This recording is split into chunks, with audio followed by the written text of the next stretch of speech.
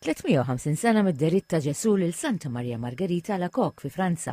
Deritt li waslu biex id-devozzjoni tinfirex mal-qbija tad-dinja sakemm fl-1778 waslet ukoll f'Ħażabbar. Il-kappillan Dun Leopoldo Farrugia minn dak iż-żmien beda jaħdem biex ixerred din id-devozzjoni u firex iktar il-popolarità tagħha, speċjalment purċissjoni kull sena. Purċissjonijiet tal-Qalb ta' Ġesu Korpus f'Ħażabbar huma popolari ħafna.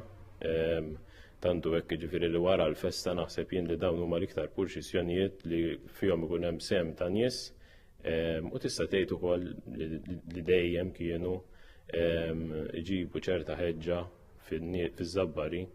Għal din l-okkażjoni nfetħet wirja fil-Mużew tas-Santwarju tal-Grazzja f'Ħażabbar fejn wieħed jista' jara diversi statwi santi u oġġetti marbuta mal-Qalb ta' Ġesu kemm minn Malta u kemm minn barra minn Xtutna. Għandna eżemplari wkoll sbieħ ta' xogħol Franċiż illi kien ġentilment misluf lilna mis-sorjiet ta' Dar Sagra Familja. Għandna wkoll xogħol fir-Rakmu misluf mill-Kunvent ta' Santa Teresa f'Bormla, xi affarijiet mogħtija mill-Filarmoniċi ta' Ħażabbar. Fost dawn insibu telegramma mibgħuta minn Eugenio Pacelli li mbagħad sar Pio 12, il-Papa Pio 12, li fih kienet jibgħat il-barka tiegħu fl-okkażjoni tal-konsagrazzjoni taż-żewġ filarmoniċi l-Qalb ta' Ġesu.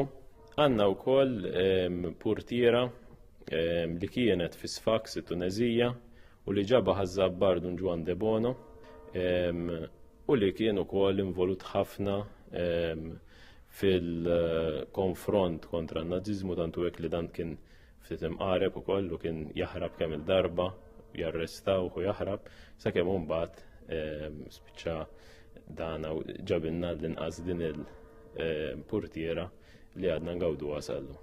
Il-wirja bl-isem ta' Qalb ta' Ġesu ser tibqa' miftuħa sa 12 ta' Ġunju fix-xahar li huwa dedikat għal Qalb ta' Ġesu.